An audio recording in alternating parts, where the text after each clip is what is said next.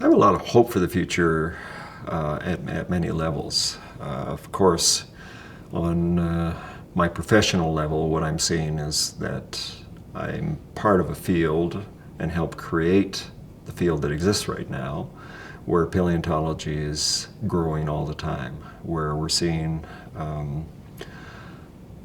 greater numbers of dinosaur paleontologists than have ever existed in the past. And this includes not just North America, this includes all countries of the world. So whereas at one stage 90% of the dinosaur paleontologists lived in Western Europe and North America, I'd say that it's probably more than 50-50 right now. 50% live and work in other countries. Secondly, when I started working on dinosaurs, there were probably fewer than half a dozen people worldwide who actually worked on dinosaurs and had paid professional positions to do that. Half a dozen. Now we're talking about probably 200 people internationally. So the field has grown tremendously, and it shows in the quality of the research that's coming out. There's wonderful things happening now, only because there are more researchers and there's more research money available to do work on dinosaurs than ever existed before. In terms of the broader scope, well, I'd say that, like anybody else, I feel that progress sometimes is painfully slow. Social changes, for example, how people learn about science, how many don't know anything about science. I mean, those are aspects that cause great frustration to most paleontologists. We'd like to see science education improve tremendously, and that a lot more people would get involved in it. Of course, I'm going to offend some people by saying the following thing. We'd also like to see perhaps scientists get paid a little better than people on sports teams. Or at least an equivalent amount of money put into science and culture.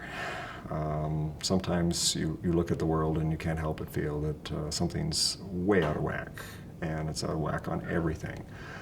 When we do expeditions, for example, we discover fossils of fantastic new animals, and these are animals that eventually get published on after the research is done. They're animals that end up going on display, they end up in educational programs.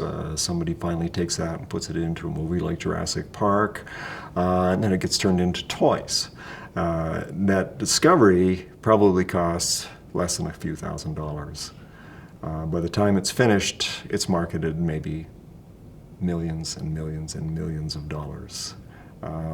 It seems a little crazy to me that the thing that everything relies on in the first place, the raw material if you prefer, is what costs the least and is hardest to raise the money for.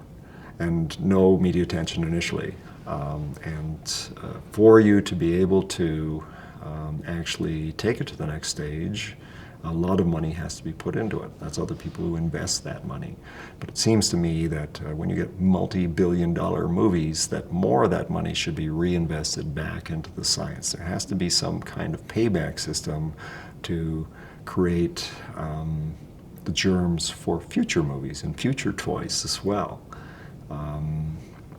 And I'm not saying that this should be something that's mandated. There should be certainly a voluntary aspect to this whole thing, recognizing where this has all come from in the first place. Actually, Spielberg's been pretty good.